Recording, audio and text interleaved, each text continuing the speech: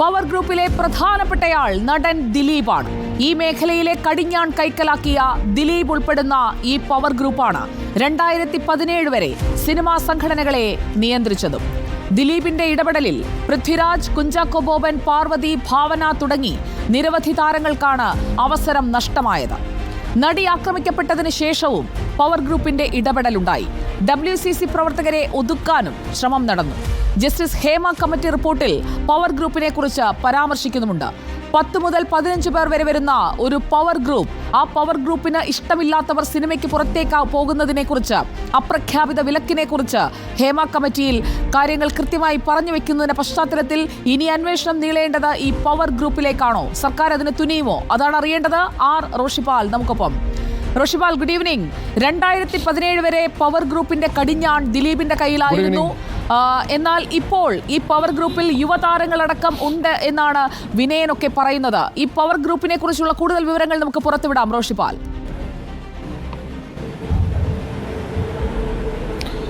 സുജയ, ഒന്ന് നടിയെ ആക്രമിച്ച സംഭവം വരെയാണ് പവർ ഗ്രൂപ്പ് ഏറ്റവും ശക്തമായത് ദിലീപിൻ്റെ നേതൃത്വത്തിലുള്ളത്.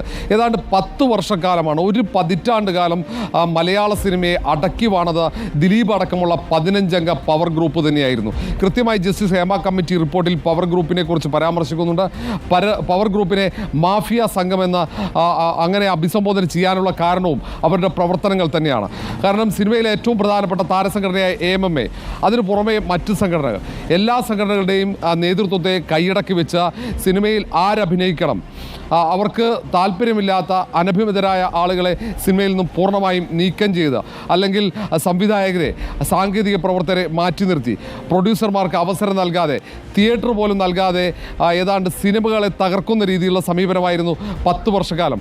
അങ്ങനെയുള്ള അനുഭവമുള്ള സിനിമാ പ്രവർത്തകർ നിരവധിയാണ്.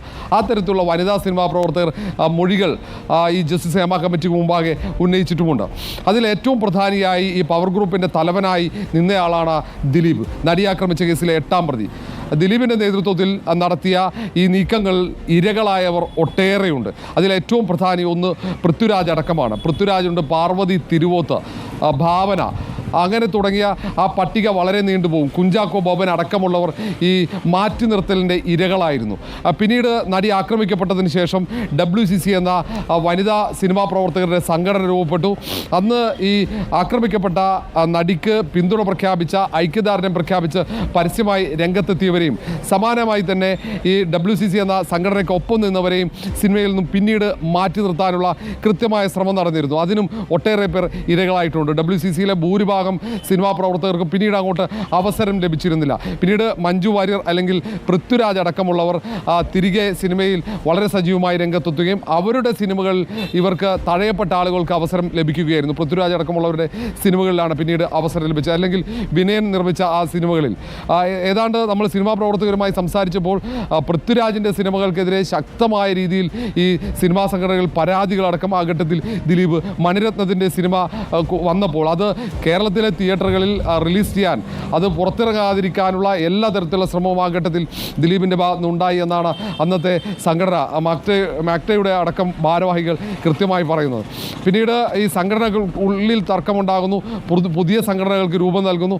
ആ തരത്തിൽ നിലവിലുണ്ടായിരുന്ന ഒരു സമ്പ്രദായം, വളരെ കൃത്യമായി പോയിക്കൊണ്ടിരുന്ന ഒരു സിനിമാ സംവിധാനത്തെ, അത് തൊഴിലാളി സംഘടനകളാകട്ടെ, അത് പ്രൊഡ്യൂസർമാരുടെ, നിർമ്മാതാക്കളുടെ സംഘടനകളാകട്ടെ, തിയേറ്ററുകളുടെ അസോസിയേഷനാകട്ടെ, എല്ലാ സംഘടനകളിലും കൈകടത്തിക്കൊണ്ട് ഈ പവർ ഗ്രൂപ്പ് മുന്നോട്ട് പോയി. അവിടെയാണ് ഈ പവർ ഗ്രൂപ്പുമായി ചേർന്ന് നിൽക്കാത്ത സിനിമാ പ്രവർത്തകർക്ക് വലിയ തിരിച്ചടിയാകുന്നതും അവർ ഒറ്റപ്പെടുന്നതും. അതിൽ ഈ ദിലീപ് മാത്രമായിരുന്നില്ല, ദിലീപിനൊപ്പം നിന്നവർ ഒട്ടേറെ പേരുണ്ട്. അന്നത്തെ AMMAയുടെ ജനറൽ സെക്രട്ടറി ആയിരുന്ന ഇടവേള ബാബു അടക്കം ദിലീപിനൊപ്പം ചേർന്നത്. അതുകൊണ്ടാണ് അന്ന് ഭാവന ഒരു പരാതി നൽകിയപ്പോൾ ആ പരാതി പരിഗണിക്കാതെ മുന്നോട്ട് പോയത്. ഭാവന മാത്രമല്ല, നിരവധി സിനിമാ പ്രവർത്തകർ നൽകിയ പരാതികൾ അവർക്ക് അവസരം നിഷേധിക്കുമ്പോൾ, ഈ പറഞ്ഞ ഒരു ന്യായീകരണവുമില്ലാതെ അവസരം നിഷേധിക്കപ്പെടുമ്പോൾ കൃത്യമായി അവർ പരാതി അവതരിപ്പിക്കുന്നു. ആ പരാതികൾ ഒന്നും പരിഹരിക്കപ്പെടാറില്ല. അത് ഏത് സംഘടനയായാലും, താരസംഘടന മാത്രമല്ല, സിനിമാ മേഖലയിലെ മറ്റ് സംഘടനകളിലും പരാതി വരുമ്പോൾ ആ പരാതികൾ പരിഗണിക്കപ്പെടാറില്ല എന്നതാണ്. പരാതി നൽകിയാൽ പിന്നീട് അവസരം നിഷേധിക്കപ്പെടുന്ന സാഹചര്യം. ഇക്കാര്യത്തിൽ റോഷിപാൽ, 2017 ഫെബ്രുവരി 17 ആ തീയതി നമുക്ക് മറക്കാൻ കഴിയില്ല, നടിയെ ആക്രമിച്ച സംഭവം.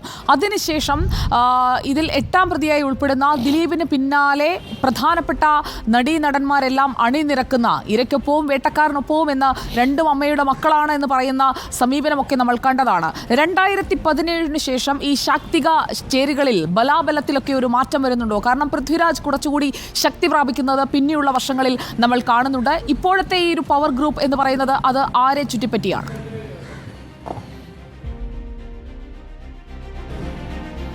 സുജയ, ഏതായാലും 2017 ശേഷവും പവർ ഗ്രൂപ്പ് ഉണ്ട് എന്നത് യാഥാർത്ഥ്യമാണ്. അത് വിനയനടക്കമുള്ള അല്ലെങ്കിൽ ഇപ്പോഴുള്ള സിനിമാ പ്രവർത്തകർക്ക് പറയുന്നു. പക്ഷേ അത് വ്യത്യസ്ത ചേരിയാണ്.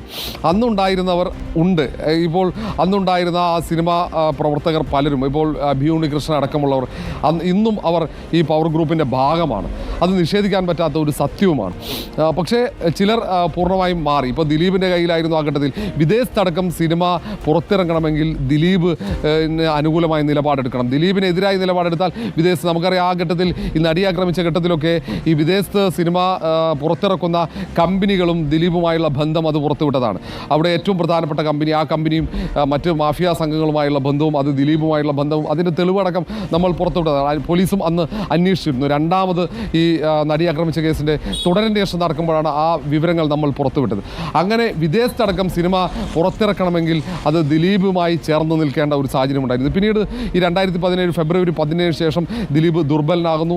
ദിലീപ് ജയിലിനകത്തേക്ക് പോകുന്നു. നിയമ നടപടിക്ക് വിധേയമാകുന്നു. സ്വാഭാവികമായും ഈ ദിലീപിൻ്റെ മേധാവിത്വം പതുക്കെ മലയാള സിനിമയിൽ നിന്നും പിന്നോട്ട് പോകുന്നു. പക്ഷേ അന്ന് ദിലീപിനൊപ്പം നിന്ന പലരും ഈ സിനിമാ സംഘടനയുടെ ഭാഗമായി നിന്നവരൊക്കെ അവർ ഈ വലിയ ശക്തിയായി മാറുന്ന ഒരു സാഹചര്യമായിരുന്നു ഉണ്ടായിരുന്നത്. പൃഥ്വിരാജൊക്കെ സിനിമയിൽ സജീവമായതോടെ പിന്നീട് ഈ ആ ശക്തി വേറൊരു രീതിയിലേക്ക് വന്നു. പൃഥ്വിരാജ് അടക്കമുള്ള യുവ സിനിമാ പ്രവർത്തകരിലേക്ക് ഇതിൻ്റെ നിയന്ത്രണം വരുന്നു. പക്ഷേ എങ്കിൽ പോലും ഒരു സമാന്തരമായി നേരത്തെ ദിലീപിനൊപ്പം നിന്ന സിനിമാ പ്രവർത്തകരുടെ ഒരു സംവിധാനം പ്രവർത്തിക്കുന്നുണ്ട് എന്നത് യാഥാർത്ഥ്യമാണ്. പൃഥ്വിരാജ് അടക്കമുള്ളവർ മറ്റൊരു വേറിട്ട പാതയിലൂടെ അവർ സഞ്ചരിക്കുന്നു. അവർക്കൊപ്പം ഒരു വിഭാഗമുണ്ട്. പക്ഷേ നേരത്തേതുപോലെ ഒരു വലിയ ശക്തിയായി ഇപ്പോൾ ഈ സിനിമയിൽ പവർ ഗ്രൂപ്പ് പ്രവർത്തിക്കാൻ പറ്റുന്നില്ല. ഇങ്ങനൊരു പവർ ഗ്രൂപ്പ് എന്ന് പറയുന്ന ഒരു യാഥാർത്ഥ്യത്തെ കുറിച്ചാണ് റോഷിപാൽ വിവരിച്ചത്. ഹേമ കമ്മിറ്റി റിപ്പോർട്ടിലും പവർ ഗ്രൂപ്പിനെ കുറിച്ച് മൊഴി നൽകാൻ വന്ന ആളുകൾ പറഞ്ഞതിന്റെ അടിസ്ഥാനത്തിൽ അവർ അങ്ങനെയുള്ള കമന്റുകളും ഉൾപ്പെടുത്തിയിട്ടുണ്ട് എന്നത് വസ്തുതയാണ്. ഇപ്പോൾ സിനിമയിൽ നിലനിൽക്കുന്ന ചേരികൾ അത് നമ്മൾ തുറന്നു കാട്ടും. അത് സിനിമാ സെറ്റുകളിലെ ലഹരി ഉപയോഗത്തിനായി രൂപപ്പെടുന്ന ചേരികളുണ്ടെങ്കിൽ അതും നമ്മൾ തുറന്നു കാട്ടുക തന്നെ ചെയ്യും.